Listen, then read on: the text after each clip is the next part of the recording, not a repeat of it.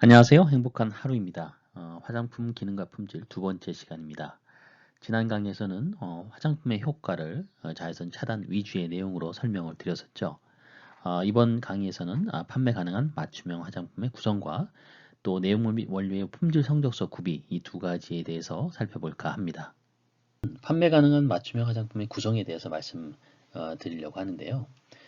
먼저 법 제2조에 따르면 맞춤형 화장품에 대한 정의가 나와 있는데요. 정의에 따라서 그 판매 가능한 맞춤 화장품의 구성은 당연히 제조 또는 수입된 화장품의 내용물 그리고 식품의약품안전처장이 정하는 원료로 구성이 되어야 합니다.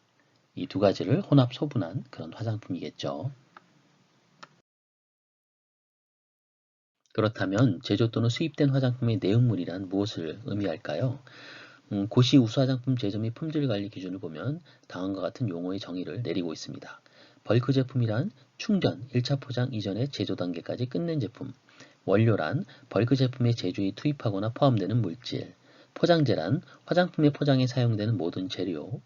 완제품이란 출하를 위해 제품의 포장 및 첨부 문서의 표시 공정 등을 포함한 모든 제조 공정이 완료된 화장품.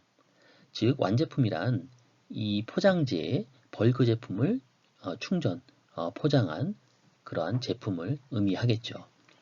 결론적으로 그 벌크 제품이 제가 생각하는 제조 또는 수입된 화장품의 내용물이라 생각합니다. 그런데 벌크 제품 이전에 제조 공정 단계의 반제품이란 것이 있는데요. 이것도 내용물의 영역으로 보는 교재도 있는 것 같습니다.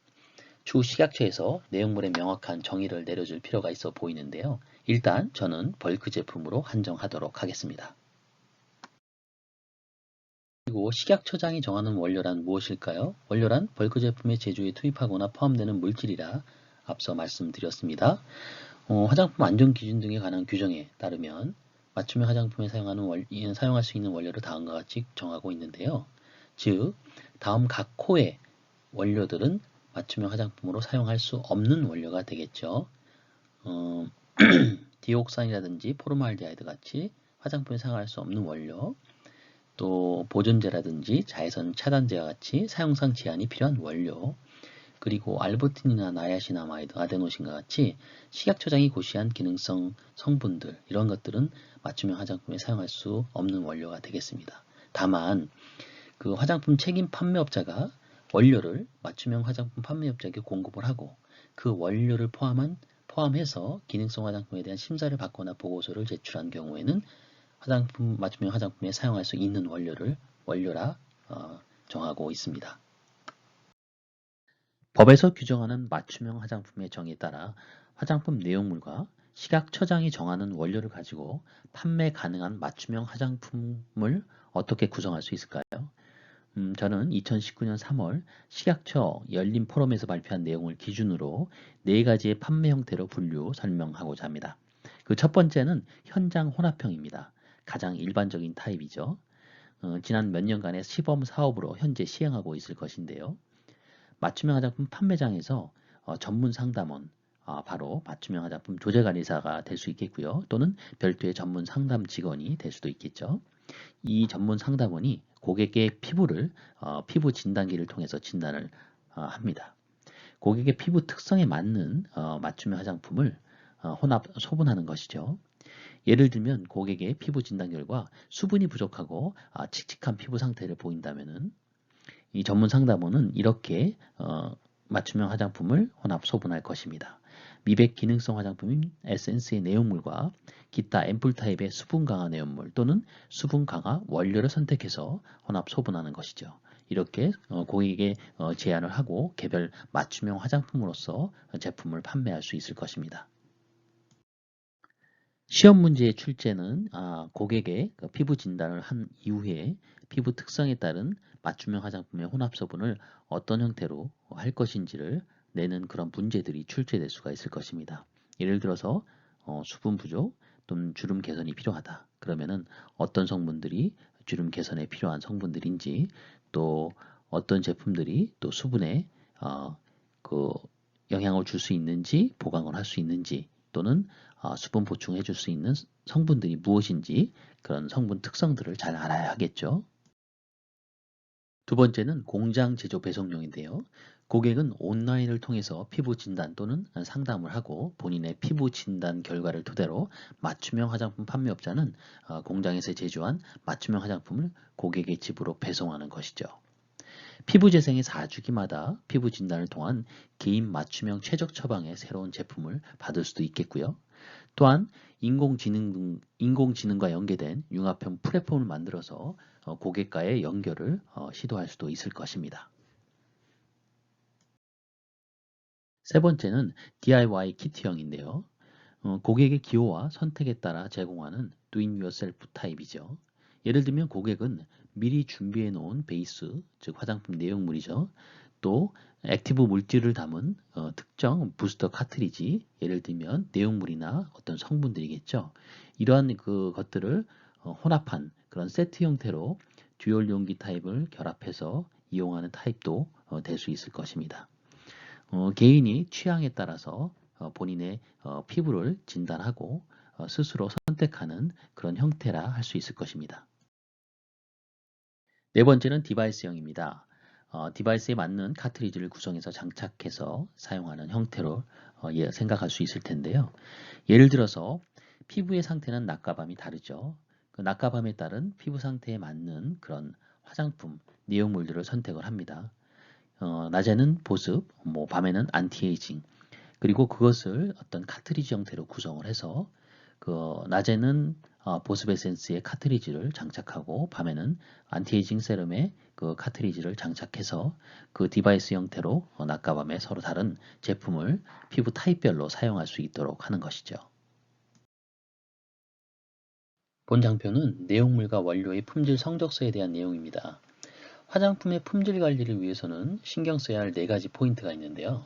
첫 번째는 원료, 두 번째는 이 원료를 이용하여 제조된 벌크, 그리고 세 번째는 이 벌크를 충전, 포장할 포장재, 그리고 마지막으로 최종 완제품입니다. 이 중에서 맞춤형 화장품 조제관리사는 화장품의 내용물, 즉 여기서는 벌크가 되겠죠. 그리고 사용 가능한 원료를 이용하여 맞춤형 화장품을 조제, 즉 혼합 소분하게 됩니다. 당연하게 제조가 이루어지는 제조업체, 즉 화장품 제조업자는 위 4가지에 대해서 제조 및 품질 관리를 하는데요. 기억하시나요? 화장품 제조업자는 제조관리 기준서, 제품 표준서, 제조관리 기록서 및 품질관리 기록서를 작성 보관하고 그 중에 제품 표준서하고 품질관리 기록서를 책임 판매업자에게 전달해야 됩니다. 즉, 책임 판매업자는 내용물을 포함한 완제품의 품질 성적서를 보관하고 있어야 하는데요. 또한 만약에 원료를 제조업자로부터 공급받는다면 원료에 대한 품질 성적서도 받을 수가 있답니다. 따라서 맞춤형 화장품 판매업자는 사용하는 화장품 내용물과 원료의 품질 성적서를 책임 판매업자에게 받아야만 하고요. 때에 따라서는 원료의 품질 성적서는 제조업자로부터 받을 수도 있는 것입니다. 고시 CGMP, 즉 우수화장품 제조 및 품질 기준의 기준서에 따르면 품질관리 기준서에는 품질 성적서라 할 수 있는 시험 성적서를 포함하는데요. 시험 성적서에는 제품명, 제조번호, 관리번호, 제조일, 입고일, 검체 채취일 및 채취자, 시험 항목 및 기준, 우리가 이거는 규격이라고 흔히 얘기하죠. 또 그 규격에 따라서 나온 시험 결과 등이 포함됩니다. 원료 시험 성적서의 예시입니다. 맞춤형 화장품 조제관리사가 원료를 받게 되면은 반드시 원료 시험 성적서를 같이 받게 되는데요. 이때 그 제품명과 제조번호를 검토하고 그 입고일, 시험 지시자 및 지시 연원일을 검토합니다. 검체 채취일 및 검체 채취자도 보고요. 시험 항목 및 시험 기준을 보게 됩니다. 시험 항목을 시험한 시험자나 시험 결과 및 시험 원료 사용에 대한 적부 판정을 검토하고 이 원료의 시험 항목을 시험한 시험자는 누구다, 또 시험 결과들은 모두 시험 기준에 적합하다 라는 사실들을 시험 성적서를 통해서 알 수 있습니다. 벌크 제품 시험 성적서의 예시입니다. 원료 성적서와 마찬가지로 제품명, 제조번호, 제조연월일, 시험 지시자, 시험 지시 연월일, 검체 채취일, 검체 채취자 등을 볼 수 있고요. 또한 시험 항목, 시험 기준 등을 검토할 수 있습니다. 예를 들면 벌크 제품의 시험 항목 중에 또 성상이 어떻다, 향취가 어떻고, 또 사용성, 또 pH가 뭐 5에서 7 사이의 기준치를 갖고 있을 때 실제 시험 성적은 뭐 6이 나왔다라든지, 비중도 마찬가지, 점도도, 그리고 미생물에 대한 그 호기성 생균수라든지 병원균성이 없는지 등등의 내용을 볼 수 있고요. 또 주름 기능 성분이 예를 들면 기능성 화장품인 경우에 아데노신이 몇 프로 이상 등의 그 사항들이 포함되어 있는지, 또 실제 시험 항목을 해보니 그 뭐 문제가 없는지 등의 내용들과 최종적으로 적법 판정에 대한 부분들을 확인할 수가 있습니다. 간단히 문제를 풀면서 마무리 짓도록 하겠습니다. 기능성 화장품의 효과로 가장 적합한 것은 정답은 2번이죠. 튼살로 인한 붉은 선을 엷게 하는 데 도움을 주는 기능입니다. 1번의 경우에는 물리적이란 말이 들어가 있죠. 물리적인 표현을 쓰면 안 되고요. 3번도 마찬가지로 채모를 제거하는 기능인데 물리적이란 표현이 들어가 있어서 기능성 화장품으로서는 맞지 않은 표현입니다. 피부의 기미 주근깨를 제거하는 기능은 기능성 화장품이 아니고 의약품의 기능에 해당된다고 볼 수 있겠죠. 판매 가능한 맞춤형 화장품의 구성과 관련된 문제인데요. 한번 풀어보겠습니다. 1번과 2번은 알부틴과 아데노신이 포함되어 있죠. 이 알부틴과 아데노신은 시각처장이 고시한 기능성 화장품의 효능효과를 나타내는 원료입니다. 따라서 이 맞춤형 화장품에 사용할 수 있는 원료로서는 적합치 않습니다. 그리고 4번의 경우에는 정제수와 글리세린, 향료로만 구성되어 있죠. 즉 원료로만 구성돼서 만들어진 그런 것이니까 이것 또한 맞춤형 화장품으로서 적합치 않은 구성이 되겠죠. 그래서 정답은 무향의 화장수 그리고 라벤더 오일을 혼합한 3번이 맞춤형 화장품이 되겠습니다.